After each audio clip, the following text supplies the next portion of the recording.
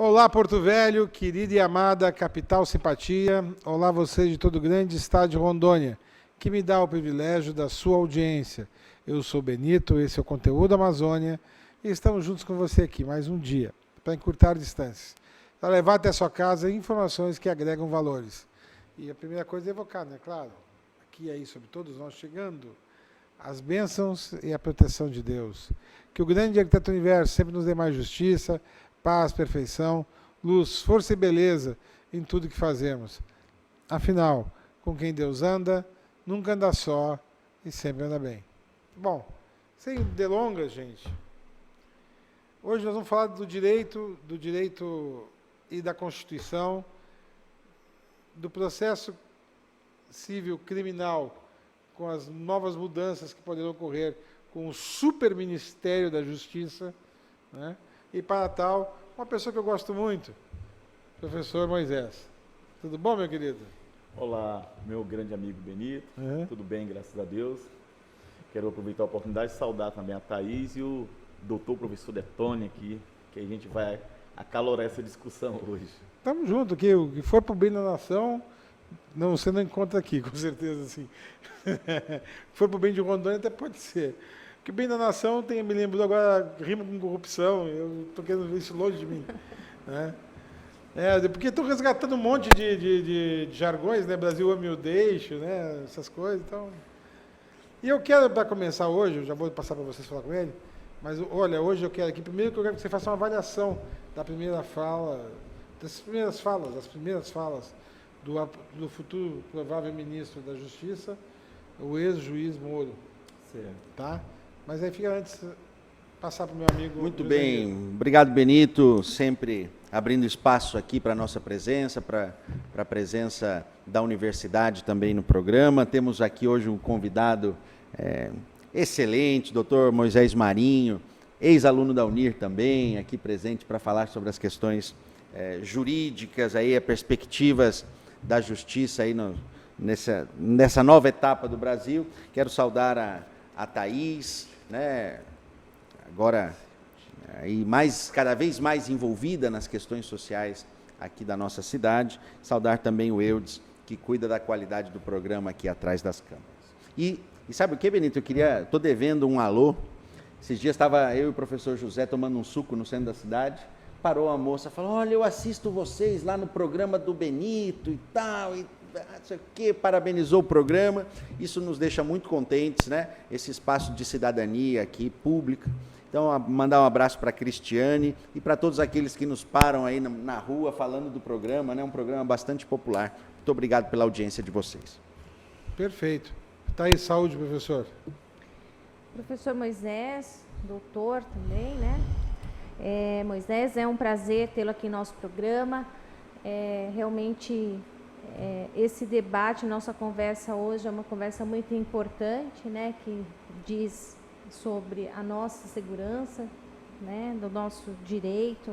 Então, hoje vai ser muito importante. Vocês de casa nos acompanham. Professor Josenir, muito obrigada mais uma vez por estar aqui com a gente, fazendo os comentários e fazendo a ponderação da nossa conversa. Bom, vou chamar minha vinheta e vamos começar, tá bom? Por favor, Eudes, nossa vinheta.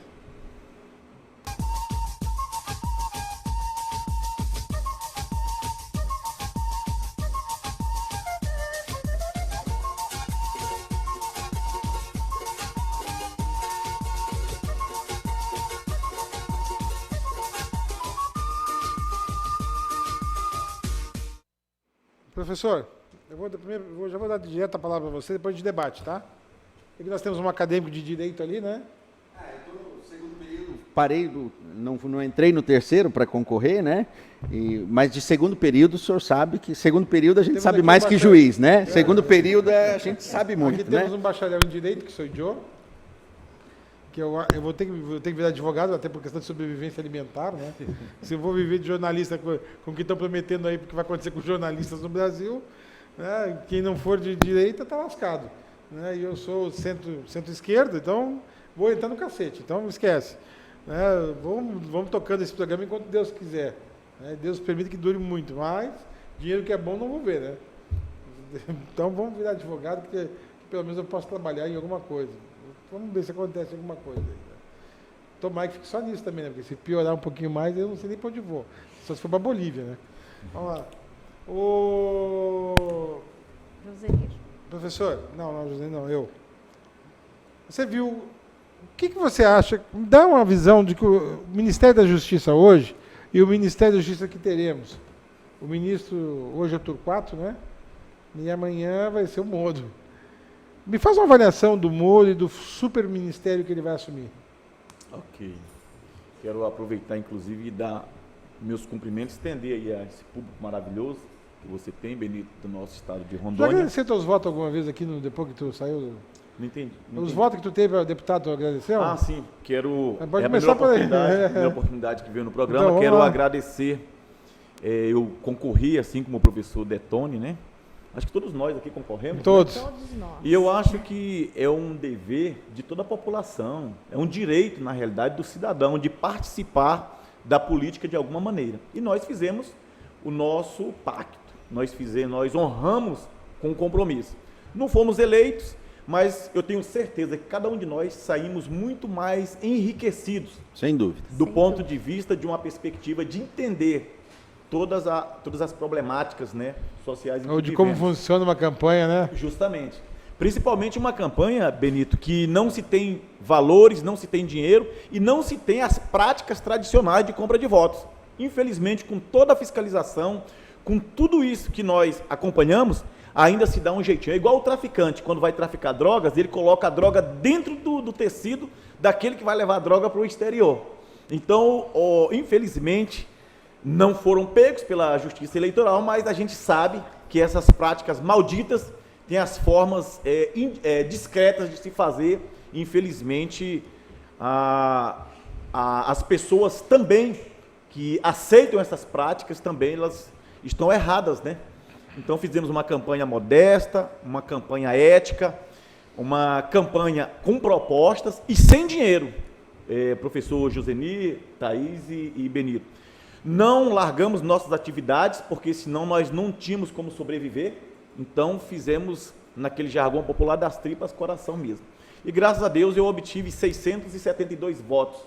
Aliás, 672 amigos confiando no nosso projeto, que só inicia, né? Parabéns, Com é isso aí. certeza. Com fé em Deus a gente vai continuar trabalhando e a gente tem boas intenções para a nossa sociedade.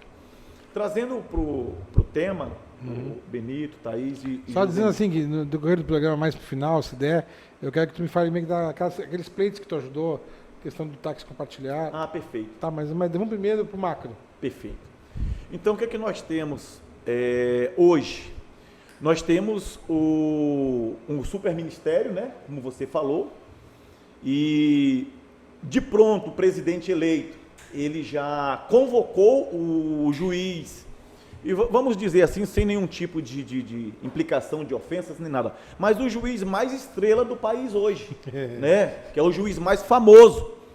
Nós, como docente em sala de aula, a gente, na questão pedagógica, ensinando o professor Detone os acadêmicos de direito para o futuro, a gente tem uma tradição de que o juiz é a pessoa mais discreta, que ninguém nem conhece. E nós estamos vivendo hoje um fenômeno novo, onde nós tivemos nessas eleições, por exemplo, juiz sendo eleito para ser governador de estado. Nós tivemos, então, pessoas do meio do judiciário e também dos militares sendo eleito com votações expressivas. E nós precisamos verificar como que vai ficar essa situação. Por quê? Com relação ao superministério hoje entregue ao juiz Dr. Sérgio Moro, e também com as falas que ele tem apresentado agora nesse período de transição em que mais à frente vai assumir o ministério. Nós temos, do ponto de vista positivo, uma pessoa técnica, ou seja, uma pessoa que entende tudo e mais um pouco de leis, de ordenamento jurídico, de Constituição, inclusive com uma vasta experiência em comandar a maior operação de combate à corrupção do país. Me parece que esse é o viés do novo presidente em trazer para um dos ministérios mais importantes uma pessoa da envergadura do juiz Sérgio Moro. E isso, do ponto de vista da nação, se nós formos olhar por uma perspectiva de moralidade, é positivo. Agora, desde que sejam atendidos todos os parâmetros inseridos na nossa Constituição, que são as liberdades individuais e também os direitos ao contraditório, à ampla defesa, e que não haja, em hipótese alguma, algum comprometimento de perseguição. A gente espera isso, que seja utilizada única e exclusivamente a técnica, a habilidade e a experiência do juiz Sérgio Moro para fazer a Constituição se fortalecer ainda mais. Esse é o meu pensamento no momento. Perfeito. Professor, eu gostaria que você fizesse algum comentário a respeito. Eu já vou chamar o parlatório, mas eu gostaria que antes você ou deixasse alinhavado já. Um comentário de quem está vendo as coisas por fora. Eu não pude acompanhar os últimos dias, as notícias, as questões familiares, falecimento da sogra. Fica muito esquisito isso que aconteceu com o Sérgio Moro. Quem assiste o programa sabe, apoio que haja punição para governantes que tenham feito coisas erradas, né? Nesse sentido, acho que a Operação Lava Jato, pessoalmente, é um avanço.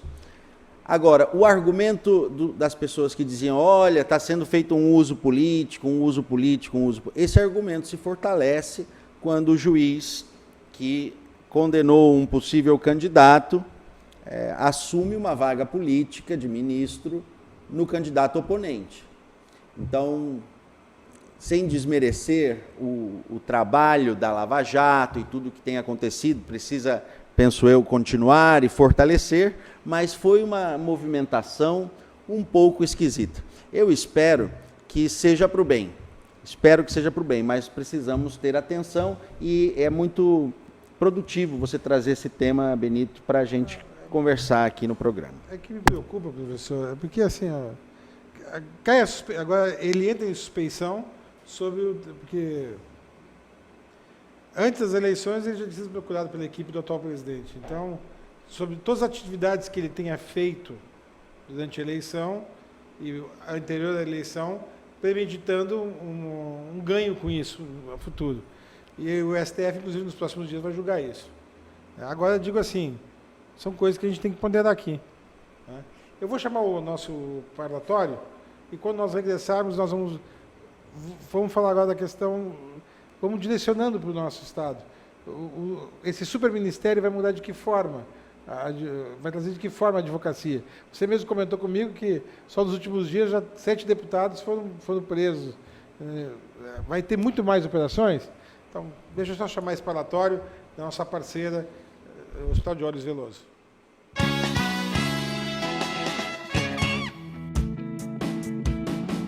Olá, estamos aqui com o nosso quadro Doutores da Visão.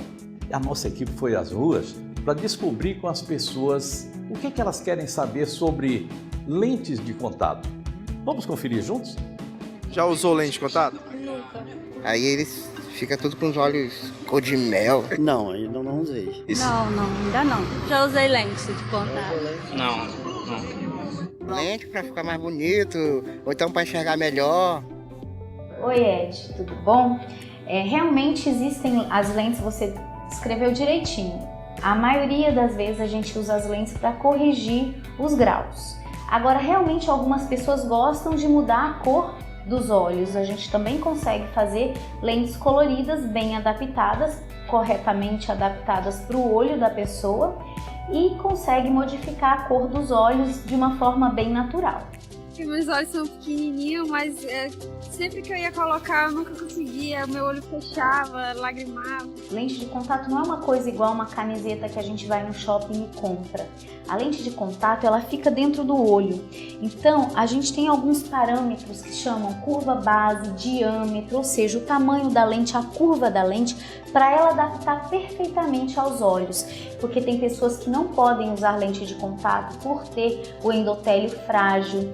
E aí, depois que a gente faz todas as medidas, a gente coloca a lente de contato na pessoa e faz o teste. E depois que a gente testa, a gente ensina o paciente a tirar a lente, a colocar a lente, a limpar a lente, porque limpeza da lente é algo muito importante. O uso correto da lente é fundamental para a saúde dos olhos. Eu já usei lentes coloridas, né, uma vez, mas eu confesso que não me sinto confortável, tenho medo. Eu ainda assim tenho muito receio, justamente pela sensibilidade dos olhos. Tem olhos realmente que são muito sensíveis e tem pessoas que não conseguem usar lente de contato, então aí preferem partir para uma cirurgia refrativa, que é a cirurgia que corrige as ametropias, os graus dos olhos. Então, no próprio teste, a pessoa já consegue saber se ela consegue usar ou não a lente de contato. Não, já tive curiosidade de usar, sim, vontade de usar. Que troca tem a cor? Ah, azul, mas não combina, né? Então, pode usar lente assim, para dormir, assim, quando a gente for usar maquiagem. Claro que pode usar maquiagem com lente de contato. A maioria das mulheres, elas querem estar maquiadas, maravilhosas, usar rímel, usar sombra, que o batom fique mais charmoso. Então sim, pode ser usado. Agora, para dormir, temos que fazer os exames específicos. Aí sim, pode ser indicado o uso contínuo. Pode dormir, acordar e aí tira as lentes de vez em quando para limpar e para deixar o olho descansar um dia e no outro dia coloca de novo. E lente de contato, já tentou usar? Já tentei, mas não me adaptei, não consegui. Quando a gente tem 20 anos, colocar e tirar a lente é extremamente fácil. Por quê? Porque a gente tem uma visão de perto muito boa e a lente é pequenininha, delicada, bem fininha e transparente. Então, depois que a gente faz 40 anos, a gente começa a ter a visão de perto mais complicadinha. Para as pessoas que conseguem dormir com a lente, que tem a função endotelial perfeita, elas são excelentes, porque aí evita ficar todo dia, esse tempo que leva para tirar, colocar, porque quando a gente não enxerga perto, tem que colocar o óculos, ver se a lente está na posição certa, tirar o óculos, colocar a lente de contato, então aí dá um trabalho extra mesmo. Então, para isso existem as lentes de uso contínuo, que são as que a gente dorme com ela. Qual é os problemas que pode gerar a lente de contato? Tem que ter muito cuidado com o uso da lente de contato. Quando ela não é utilizada corretamente, podemos ter muitas doenças causadas pelo uso da lente de contato, como infecção e até perda do olho. E eu posso comprar lente de contato pela internet? Comprar a lente na internet ou numa ótica não é um bom negócio para a saúde ocular. Por quê? Porque pode causar problemas e danos irreversíveis. Faça a adaptação da lente, faça o acompanhamento anual. Tem um exame que chama microscopia especular. Eu falo assim, isso aqui você vai guardar no cofre, porque o ano que vem eu quero ver esse exame e avaliar se suas células endoteliais estão mantidas, se elas estão saudáveis. Por quê? Porque o uso de lente de contato pode prejudicar essas células e a gente precisa da vida toda dessas células para que a córnea se mantenha transparente, para que a gente possa enxergar. Eu tenho muitas dúvidas sobre lente de contato, né? Que se tiver que usar essa lente através de uma orientação médica, eu gostaria de saber qual é o benefício que essa lente possa trazer para a pessoa. Qual o benefício do uso da lente de contato? A liberdade e a independência do uso de óculos sem ter que se submeter a uma cirurgia. A vantagem da lente de contato é estética também, você não precisa ter o óculos, você pode usar uma maquiagem. Para esportes também ela é fantástica, para jogar um futebol, um vôlei. Como que se faz isso? Ou uma luta marcial com óculos? Para essas coisas que servem o uso da lente de contato. E com certeza com o auxílio de um profissional, de um médico, porque não pode ser usada sem o acompanhamento correto da saúde ocular. Gostaria de saber a respeito de inovações, né, no uso de lente de contato. Como já faz algum tempo que eu usei, eu não sei das novidades, né? Temos lentes de contato de uso prolongado, que é aquela que você não tem que ficar tirando o tempo todo, você dorme com ela. Temos lentes multifocais, então que corrige a visão de longe e de perto. Não precisa fazer uma báscula, que é fazer um olho para longe e um olho para perto. A gente pode usar os 2 olhos para longe e os 2 olhos para perto na lente multifocal. Existem também lentes tóricas multifocais, que são lentes que corrigem, além de hipermetropia e miopia, corrigem o astigmatismo.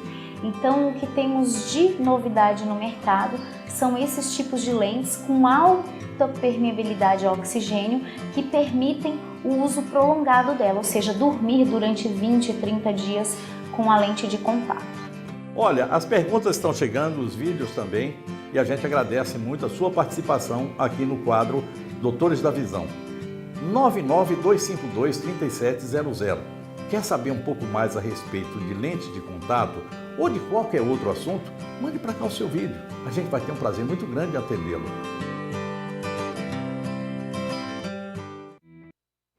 Bom, vamos lá. Vamos continuar o debate aqui, porque ele levantou alguns pontos aqui enquanto o seu parlatório de atitudes que não são as mais populares, né? Não vou nem dizer antidemocrática, tá? Porque senão vão dizer que eu estou pegando do pé do cara. Eu nem gosto do cara. Mas vamos lá, segue aí. Então, Benito e o telespectador, a amiga telespectadora, nós precisamos agora ver o que vai acontecer com esse super ministério.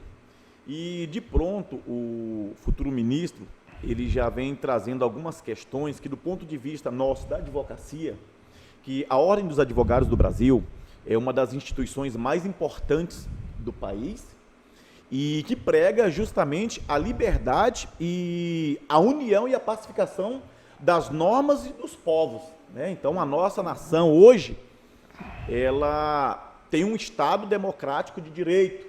A nossa Constituição e o nosso ordenamento jurídico, ele tem um traçado de um devido processo legal. E, lógico, nós estamos vivendo um fenômeno novo após essa deflagração da Operação Lava Jato, onde houve uma intensificação em massa de operações que foram acompanhadas pelo Judiciário, e elas foram realizadas em sua maior parte pela nossa Polícia Federal e com a anuência do Judiciário. E tivemos prisões, tivemos medidas cautelares, tivemos buscas e apreensões durante todo esse período. E agora nós temos, hoje no Ministério da Justiça, uma das pessoas que mais se destacou durante as operações policiais, principalmente da Operação Lava Jato. Enfim, e ele vem também nesse bojo do Ministério da Justiça trazendo algumas discussões polêmicas, digam-se de passagem. Por exemplo, menoridade penal é uma discussão que precisa ser feita diretamente com a população e precisa verificar também se o Estado oferece tudo aquilo que vai trazer uma eficiência se por um acaso a menoridade penal vier a vigorar. Por exemplo, nós estamos preparados estruturalmente para recebermos, numa hipótese de uma menoridade penal, esses menores. Nós estamos preparados estruturalmente para uma prevenção de crimes. Então, são perguntas que precisam ser feitas e aí envolve não só o Ministério da Justiça, mas outros setores, né, assistência social, judiciário, a população num contexto geral. Porque se nós temos um índice altíssimo de criminalidade, é porque, com certeza, nós temos uma anomalia social e estatal, uma anomalia do ponto de vista estatal que nós não conseguimos ter um controle e uma prevenção. Então, isso é um ponto a ser analisado em virtude da proposta do futuro ministro em relação à menoridade penal. Outra proposta que ele traz, inclusive, foi o destaque da campanha do presidente eleito, foi a questão do desarmamento e também da entrega de armas para as pessoas, né? Autorização. São questões que precisam também ser debatidas do ponto de vista da legalidade. Se realmente as pessoas que vão ter direito a ter o porte de arma, elas se enquadram dentro de determinados requisitos, que são as questões da necessidade de se obter uma arma e ter ela como sua segurança. É lógico que nós temos um problema gravíssimo e cancerígeno de segurança pública. Nós não temos, infelizmente, uma segurança pública eficaz. E não podemos também transferir essa segurança para que o próprio cidadão faça a sua segurança. Porque senão nós estaríamos desviando do Estado a sua obrigação de nos dar e nos proporcionar a segurança. Então, esse é um tema que também vai ser muito debatido durante os próximos dias e principalmente agora, quando assumir o futuro ministro da Justiça, o juiz Sérgio Moro. Outra questão também que ele traz na sua fala em relação ao Ministério da Justiça é uma proteção aos denunciantes anônimos. E aí eu tenho uma crítica pessoal em relação a isso, porque nós podemos, nessas circunstâncias, colocar em risco a democracia e também a Constituição. Porque hoje o que nós temos na nossa Constituição e no ordenamento jurídico brasileiro é que se deve provar tudo aquilo que se acusa. Nós temos hoje o Instituto da Delação Premiada. Só que a delação premiada, nós sabemos quem é o delator. E essa delação que o delator faz, ela por si só não é suficiente para gerar condenação. Precisa ainda se subsidiar de outras provas para que se chegue a uma condenação de alguém. E me parece um pouco preocupante essa questão da superproteção ao denunciante anônimo. Isso é perigoso, porque nós vivemos numa democracia e essa democracia tem oposição. Uma vez que temos democracia, temos situação, temos oposição e temos liberdade de pensamento e de comportamento, desde que não sejam ilícitos, não estejamos contrariando legislações. Então, são algumas coisas, o Benito e Thaís e professor Joseni, que nós temos que esperar para ver, porque dependendo de como for colocado isso, e temos também, na fala do futuro ministro da Justiça, as alterações para essa lei. Por exemplo, ele tem uma proposta de extinguir a progressão de pena para quem é integrante de organização criminosa. E, na realidade, isso fere e constrange, né, terminantemente a Lei 7.210, que é a Lei de Execuções Penais, e fere também o nosso Código Penal, que já está inserido lá que todo cidadão brasileiro que um dia vier a cometer crime, independente se é um crime comum ou um crime hediondo, tenha a oportunidade e o direito à progressão da sua pena, independente se faz parte ou não de organização criminosa. E aí o próprio dispositivo já providenciou uma forma de dar uma pena mais dura já para esse acusado nos casos de crimes hediondos e de integrante de organização criminosa. Agora, você buscar ainda enrijecer mais isso, precisa estar atento se vai ou não infringir dispositivos constitucionais e legais vigentes. Professor. Eu compartilho com o Dr. Moisés algumas dessas preocupações, brilhantemente expostas, doutor. E a minha reflexão é no sentido de que nós precisamos ter bastante atenção neste momento de transição. Que a segurança pública precisa de uma mudança, isso é evidente. Que a estrutura jurídica também precisa ser revisada, isso já não é um discurso de agora, não é uma necessidade detectada recentemente, já é de algum tempo essa discussão de que a justiça precisa se adaptar e tal, né? A questão do porte de armas e da posse de armas também tem que ser discutida, né? Até onde eu entendo, a proposta seria de facilitar a posse. Então, para você ter a arma na sua casa, não para você andar com ela, que seria o porte, né? Eu, por exemplo, votei naquela época da consulta, do desarmamento, votei contra a posse e o porte de armas, votei a favor do desarmamento, mas hoje tenho uma visão um pouco diferente. Eu sou contrário, eu votei a favor e hoje sou contra. Contra o quê? A posse. Pois é, eu sou a favor de ter uma pessoa que passe por testes, que tenha comprovado... Mas é que no bojo da lei parece que vem a flexibilização. Então, mas é o seguinte, o que acontece hoje em dia, na prática, é que as pessoas podem entrar na sua casa e barbarizar a sua família. e liga para a polícia. Às vezes ela consegue chegar e muitas vezes não, entende? Então, isso é diferente de sair andando na rua, no bar, beber, mostrar arma e fazer, né? Então, esta discussão do porte de armas e da posse é algo que precisa ser avançado, né? Isso, ponderado.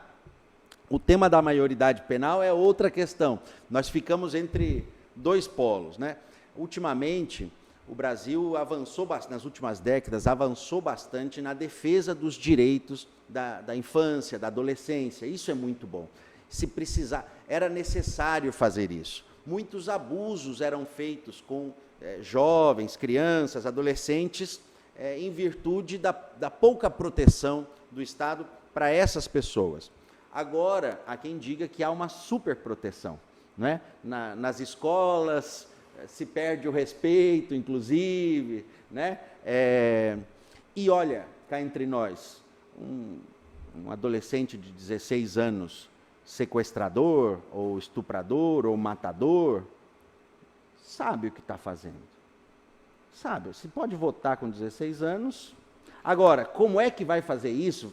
Vai fazer como em alguns países, que independe da idade, não existe uma idade fixa. Outros países é 12 anos, outros é até mais, a partir dos 21, não é? Então, existe toda uma discussão importante a ser feita. Agora, esta necessidade de garantir mais segurança não pode dar brecha para que certas liberdades importantes sejam violadas, né? E é isso que parece o professor está dizendo. Olha, quando, por exemplo, a gente está falando de fortalecer, proteger denúncias anônimas e tal, começamos a ter o perigo de um denuncismo falso, uma série de coisas que a história já foi mostrando que não devia mais acontecer, não é isso, professor? Verdade. De modo que este tema é muito relevante, não é momento de polarizações muito fortes, nós precisamos pensar racionalmente como encontrar uma solução para esse tema da segurança e mais uma vez, eu acho muito interessante a gente estar fazendo, estou aprendendo bastante, viu, professor? Quer fazer mais algum comentário, meu querido, a respeito do assunto? Eu só queria complementar, Benito, Thaís, professor Detone. Mais uma fala do ministro foi em relação ao cumprimento executório provisório da pena. Eu sou totalmente contrário a isso. Totalmente contrário. Utilizou-se no país, ultimamente, esse mecanismo para dar para a sociedade uma sensação de justiça.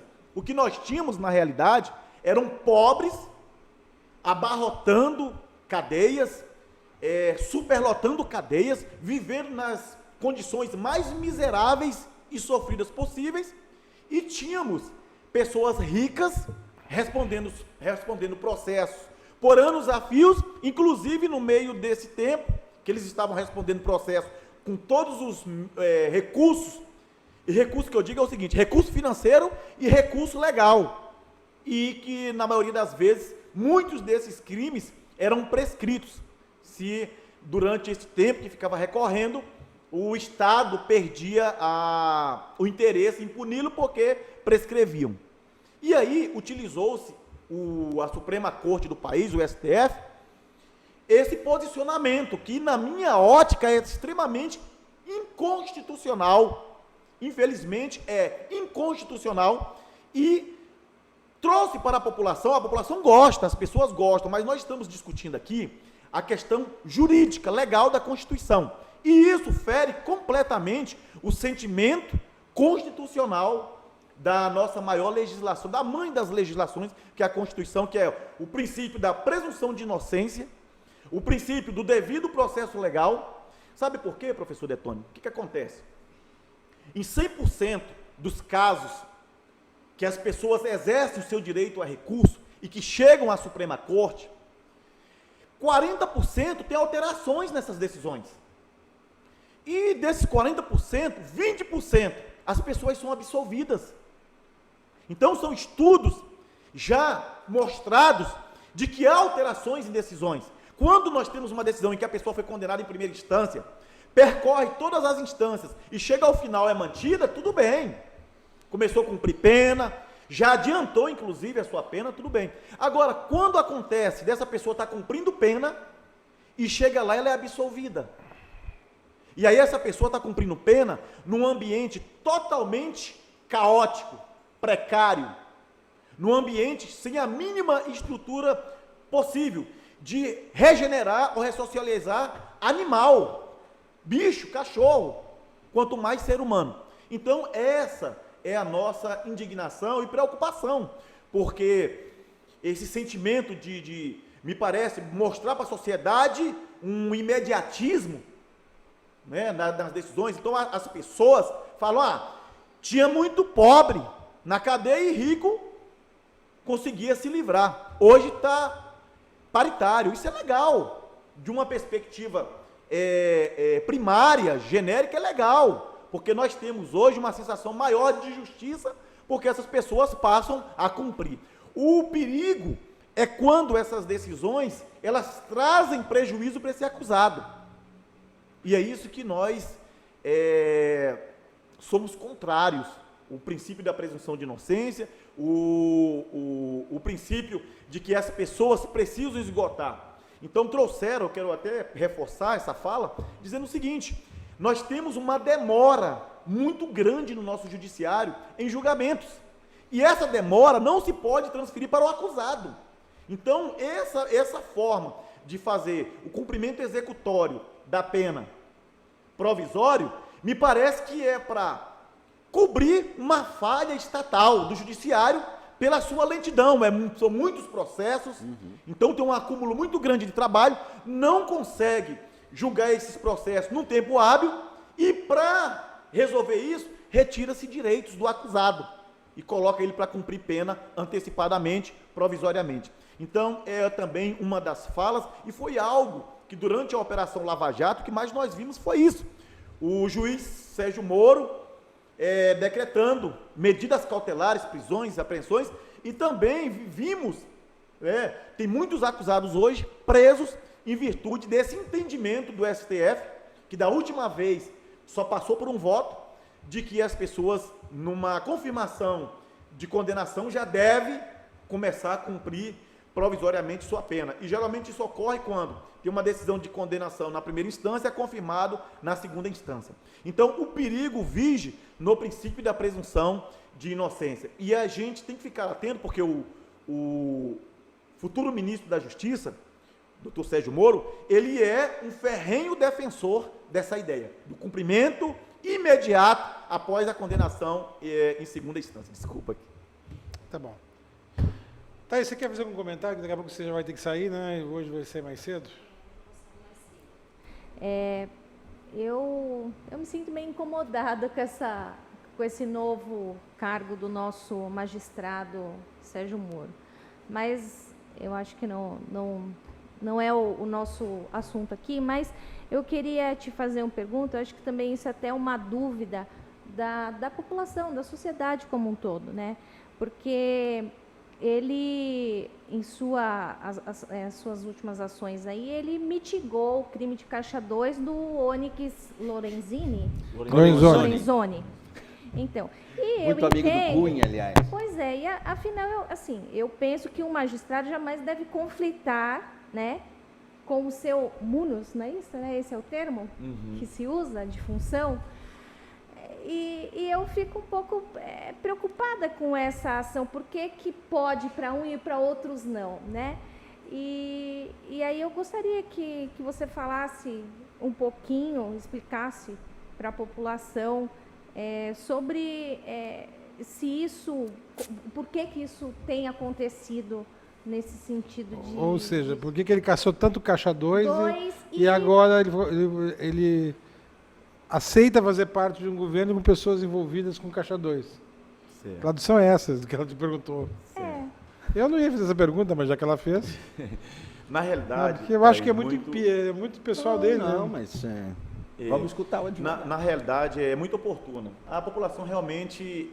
Hoje, a população está num clima... Até porque o presidente foi eleito, teve a maior parte dos votos, e a maior parte da população está em lua de mel com essa eleição, porque elegeu o presidente e ele agora está compondo a equipe dele de ministérios e etc.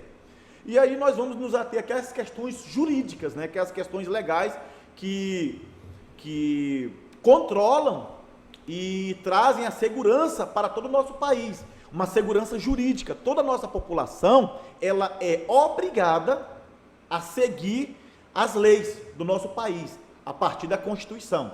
Então, desde a eleição, nós temos visto muitas imagens, né? O próprio presidente lá com a Constituição na mão. Outro dia ele foi no STF, lá o presidente do STF deu a Constituição. Por quê? A Constituição é que consegue trazer a segurança jurídica para todos nós brasileiros. Agora, o que deve haver também, que está inserido na Constituição, é o princípio da isonomia. Todos são iguais perante a lei, independente de sexo, de religião, de classe social, de cor e etc, etc. Minorias, maiorias, tudo isso é amparado pela nossa Constituição. Todos são iguais perante a lei. E o que nós temos observado, aliás, vamos ter que observar, né? Não temos porque ele não assumiu ainda nem pediu exoneração, ainda acho que do cargo de juiz. São falas preliminares, né, nesse momento de transição. Mas eu costumo dizer, inclusive, Thaís, em sala de aula, que o juiz, ele deveria nunca estar envolvido nesses cargos políticos. Eu entendo, por exemplo, quando o juiz ele ingressa na magistratura, ele faz um concurso público. E aí ele passa por provas e título, análise de competência intelectual, de competência pessoal, e também passa por uma série de testes para verificar a sua idoneidade moral. Então, o juiz, quando ele ingressa num concurso público, ele passa por essas etapas, e é um concurso extremamente rígido. Tem uma investigação social que, se tiver uma implicaçãozinha, ele não assume, embora tenha passado em todas as etapas. Então, eu imagino que o juiz nunca deveria se envolver nessas questões políticas. Deveria ser uma pessoa que é o que nós temos na doutrina, quando nós estamos passando na sala de aula. Uma pessoa equivalente a Deus, imparcial. Isso que diz a Constituição, diz a doutrina, diz os códigos.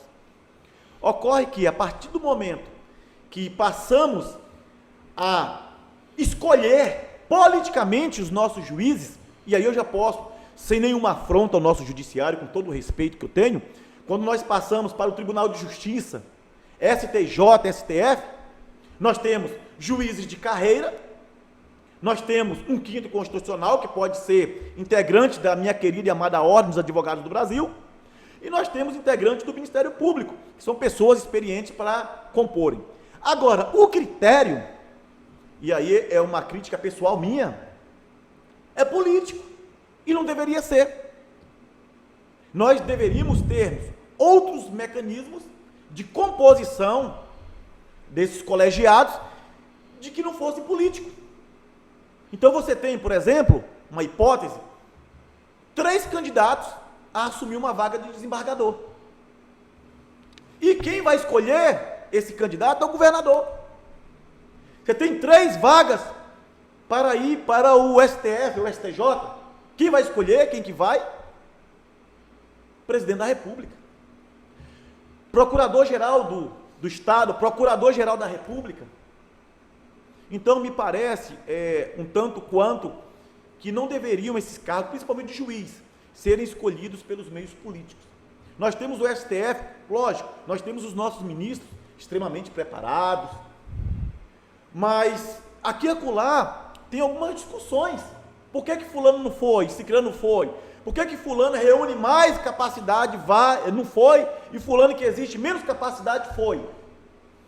E é isso que a gente se discute no nosso meio forense jurídico.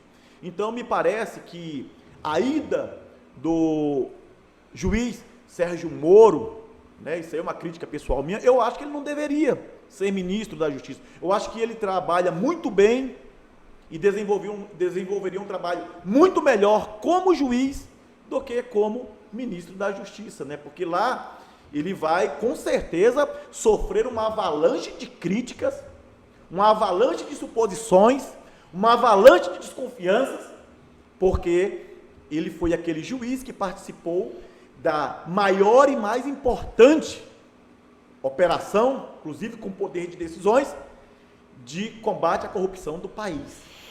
E o Ministério da Justiça, querendo ou não, é um cargo político.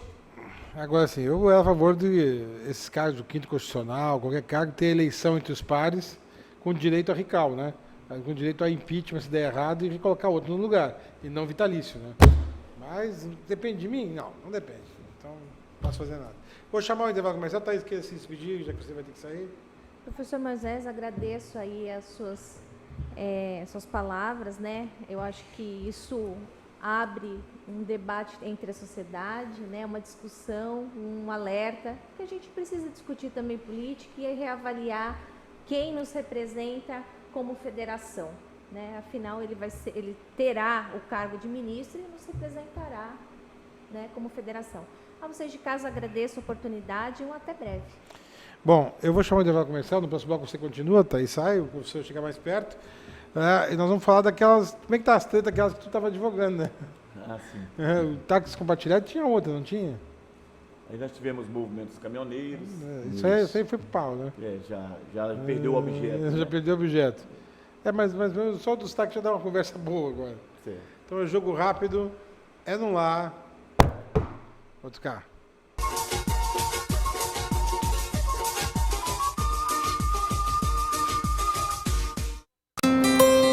Você nunca ficou preso às fronteiras. E sempre quis mais. A sabedoria sempre foi importante para você. E o conhecimento nunca esteve tão próximo. Com São Lucas, sua formação te deixa muito mais perto das suas conquistas. Mas é você que está no controle. Qualidade do ensino São Lucas, disponível em todo o Brasil. Inscreva-se no vestibular São Lucas. A marca do conhecimento, agora sem limites.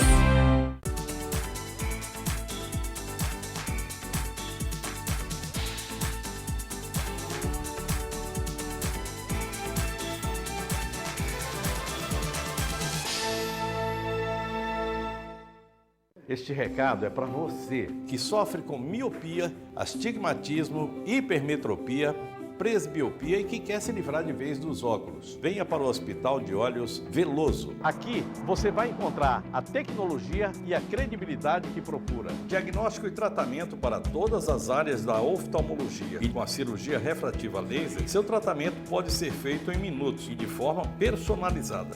Livre-se dos óculos. Hospital de Olhos Veloso.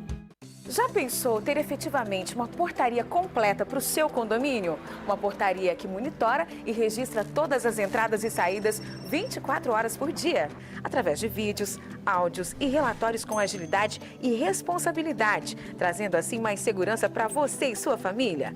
A resposta é portaria.com, um sistema moderno e seguro que respeita as normas condominiais e ainda viabiliza uma economia de até 50%. Os atendimentos, identificações, controles de portas e portões são feitos pela central de monitoramento através de equipamentos de última geração. Todos os visitantes são anunciados e só entram após uma autorização, preservando mais que nunca a sua privacidade. Quer viver com mais tranquilidade e segurança? Procure a portaria.com e contrate o que há de mais moderno para o seu condomínio.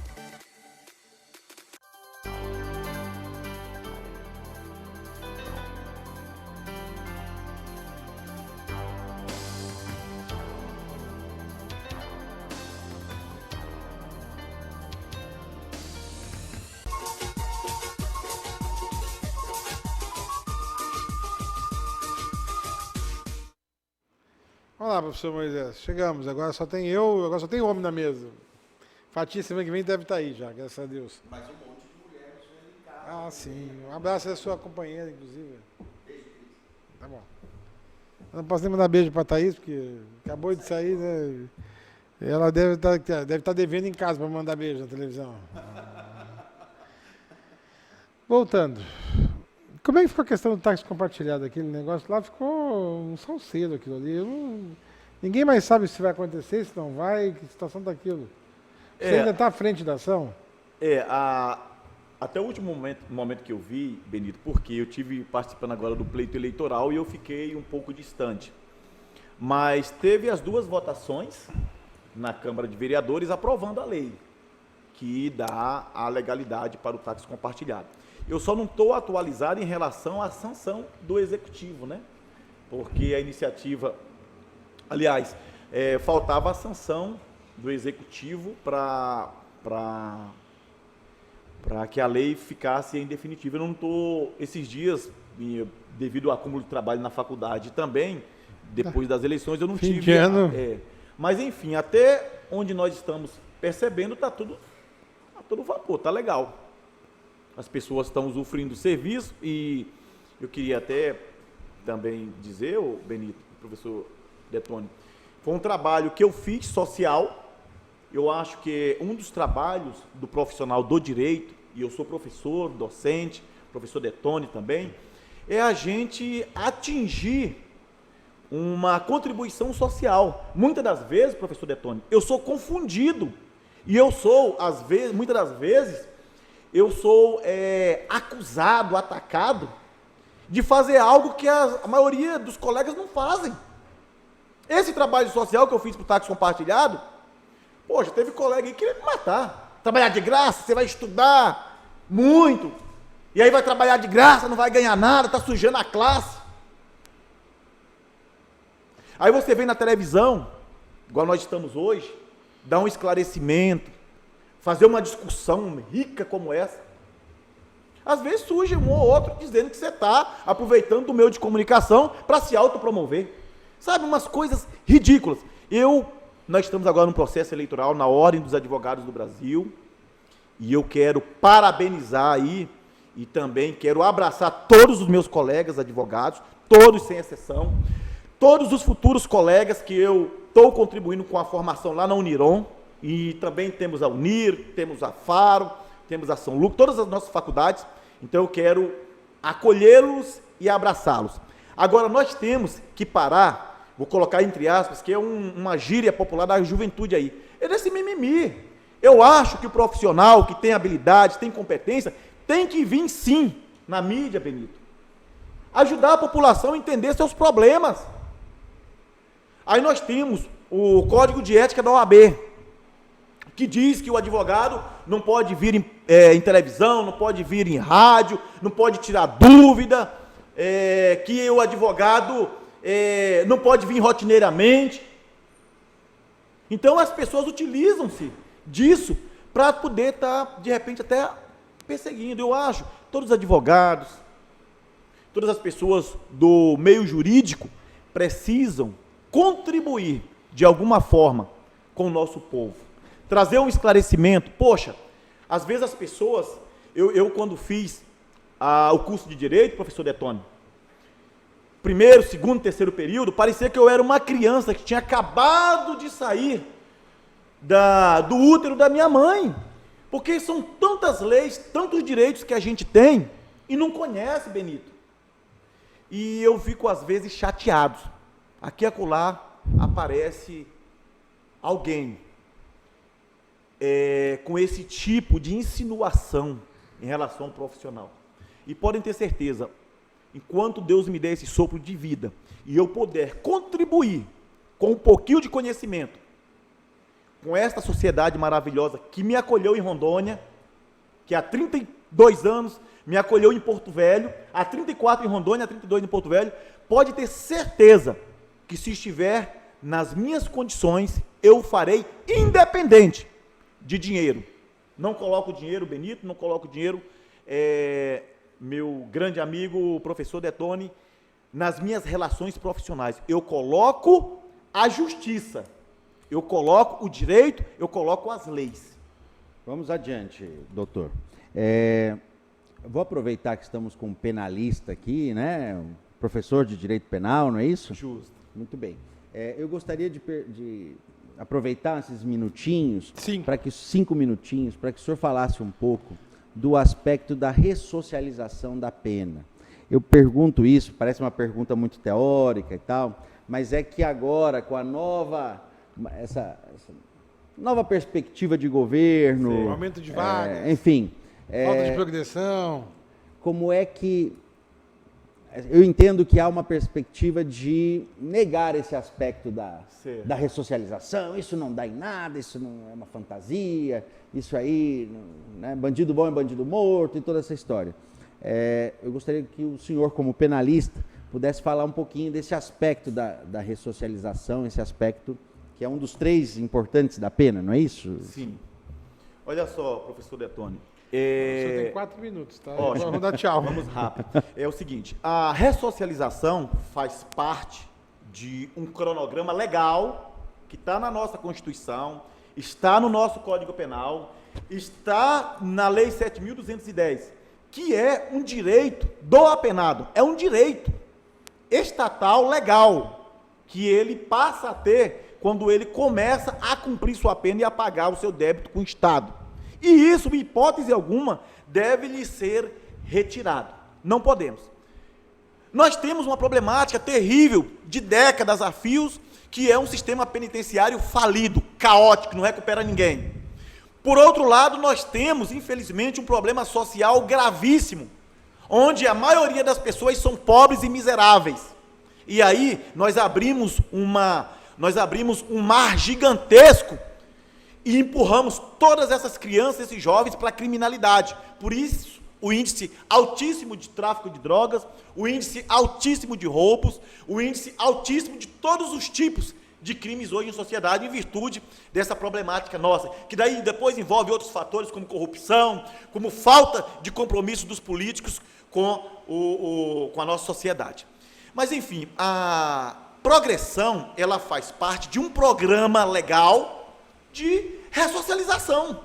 Então, se alguém foi preso, diz a Constituição que nós não temos pena de caráter perpétuo. Ninguém pode ficar preso para o resto da vida, 30 anos no máximo. Ninguém também tem aqui no nosso país, é a cláusula pétrea, pena de morte. Ninguém vai morrer porque cometeu um crime, pode ser o crime mais bárbaro. Ele tem direito à vida, então tira-se a liberdade, ele vai pagar a sua pena. E aí, nós nos esbarramos quando falamos em retirar a progressão de regime, retirar esse direito do preso, nós esbarramos numa discussão muito complexa e que fere dispositivos. Nós já não temos um sistema adequado para ressocializar ninguém. É culpa do preso? Lógico que não. Se nós temos um número altíssimo de crimes, alguma coisa estatal está errada, tem que corrigir. Se nós não temos condição nos presídios de regenerar aquela pessoa para voltar para a sociedade, nós temos outra anomalia estatal lá dentro. A estrutura não funciona. E por aí afora. Então, a questão da progressão, ela é necessária. E ela é legal e ela tem que permanecer. Os mecanismos de como essa progressão deve ser feita, tem que advir do Estado. Então, não me parece uma boa ideia retirar a progressão de regime de apenados. Tem que existir, é um direito estabelecido no nosso ordenamento jurídico, e é uma forma, embora isso não funcione, professor Detone, infelizmente, o índice de reincidência é muito alto, porque esse apenado lá dentro não tem a estrutura necessária para se ressocializar, já tem, muitas das vezes, uma mente delinquente, e se esbarrando com toda essa problemática que acabei de expor, volta aqui para fora, se esbarra no problema social, porque não tem emprego, não tem ocupação. Quem que vai dar emprego ou ocupação para pessoas que cumpriu pena por crime? Ninguém. Infelizmente, a realidade é essa. Professor, eu tenho só um minuto para concluir, eu quero dizer assim, muito obrigado. Está com saudade aqui da sua... O ímpeto, sua ênfase. Não, quando escapou minha palavra agora, mas o professor Detone, que estiver me ouvindo, vai me corrigir. Quando é alguma coisa com... acho que é enfim, depois a gente procura. Mas assim, dessa vontade aguerrida, sanguínea, né, de expor a sua ideia, né? Estamos sentindo falta aqui. Quero dizer da importância que é você voltar a gravar conosco quando precisar.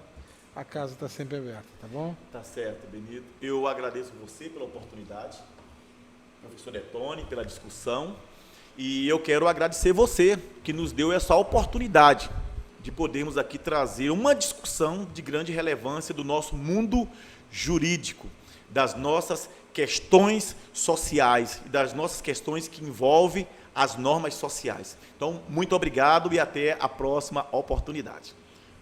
Da maneira fleumática.